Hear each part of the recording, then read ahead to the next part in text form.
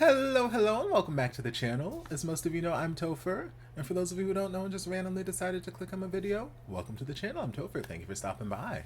So we're here to do a reaction, and we're diving back into Semantic Error. We're diving into episode 4, and, you know, maybe this may be the only episode I watch for today. We will see. I know some of you guys were concerned about whether or not I made it to my friend's house for dinner on time. If you saw my reaction to episode 3, you know what I'm talking about.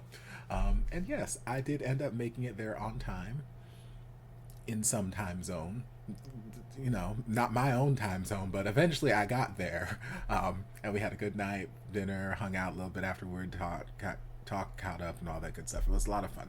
But yes, was I on the time that we had originally scheduled? No. Was I the 30 minutes late that I initially texted that I was going to be? Not quite. But the important thing is I made it. I made it there before the night ended, and that is all that matters. So we're going to dive into this. I have rehearsal later today, so I can't sit here and binge all damn day. I've got rehearsal in a couple hours. So get through this episode, maybe 2 episodes, and then we might have to cap it off there unless they start pulling some bullshit like they were doing the last 3 episodes, where it's like, okay, they cut off the episode right at a good cliffhanger part, and it's like, oh, you guys suck.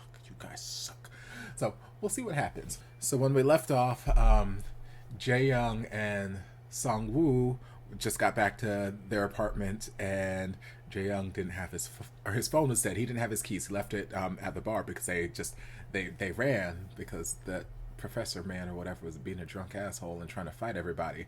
So they ran. We had this whole nice, fun little romantic flight to a whole new journey, or a whole new land. And then he realized, oh shit, I don't have my keys and my phone's dead. Can I use your laptop? And Song-woo was like, no, I don't allow anybody in my apartment. I was like, oh, okay. And I'm sitting here like, well, you can bring your laptop out. That's the joy of a laptop. It can work in multiple places. It's mobile.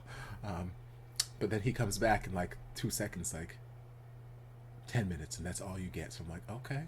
So we're going inside the apartment now, and we're just going to see what happens. Do I expect anything like super serious to happen? No, but you never know in these series.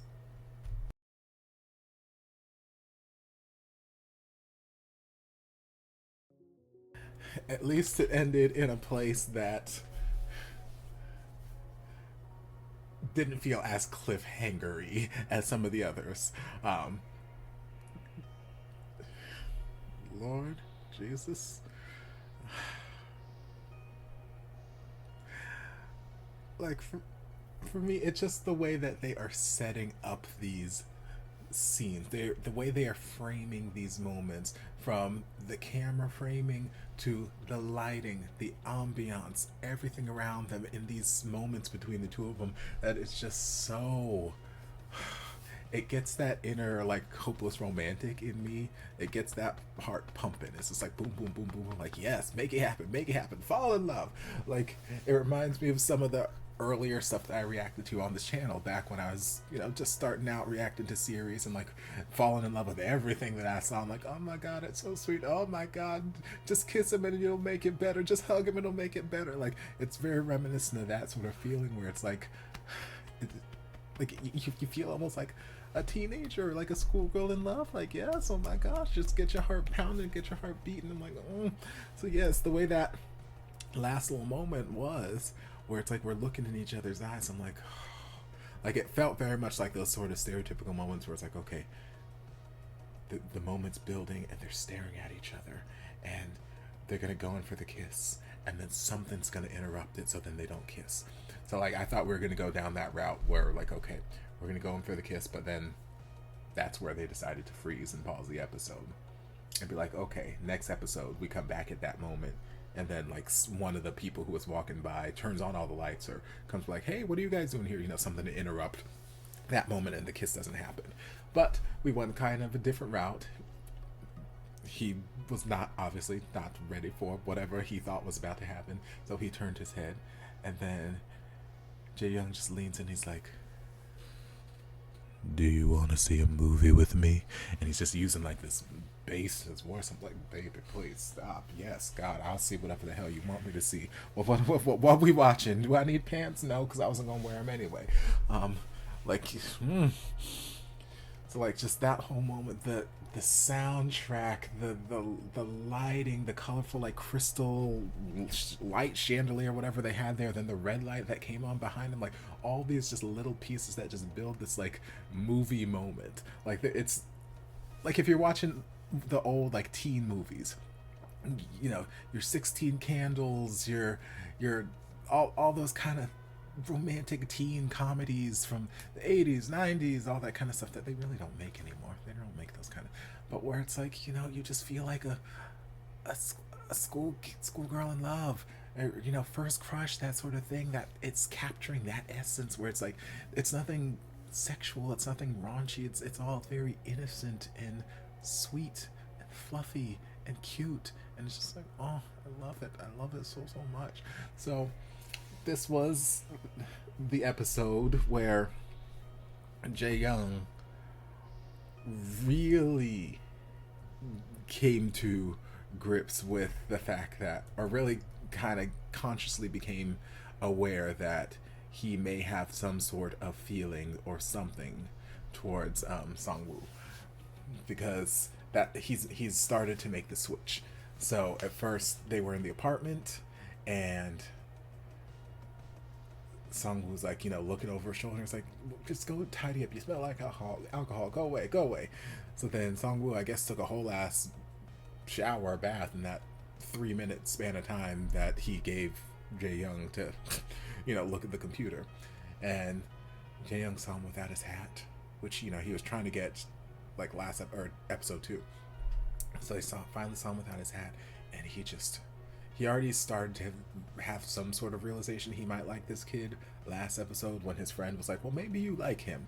But like now, seeing him without the hat and seeing him all wet and just supermodel moment there, you could just see that.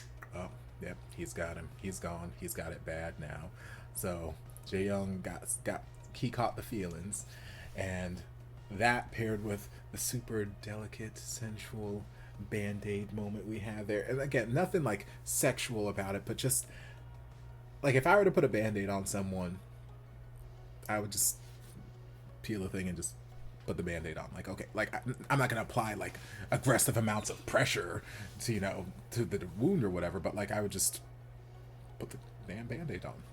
But the way that Song-woo put that band-aid on, like he just gently placed it there, and then he used the back of his finger to just gently rub the side. Like there was just such a delicacy about the way that he was proceeding that it was just like, oh my gosh, this is so sweet.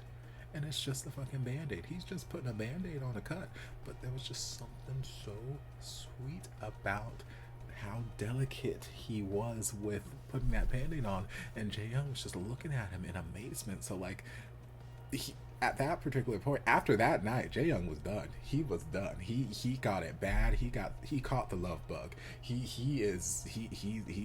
got it. He's got it. So then he started to change his ways. He's like, okay, I'm gonna wear less red. I'm not gonna wear red anymore.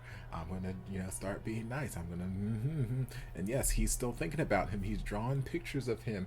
All he can talk about to his friends has things that do with Song Woo, and you know, he is like, he got it bad, and he's trying to. Again, I'm drawing like certain parallels with History 3 Make Our Days Count, where it's like now he's in the phase where he's trying to convince him that, hey, I don't mean you any harm. I'm not trying to go after you anymore. I'm not trying to embarrass you. I'm not trying to do anything.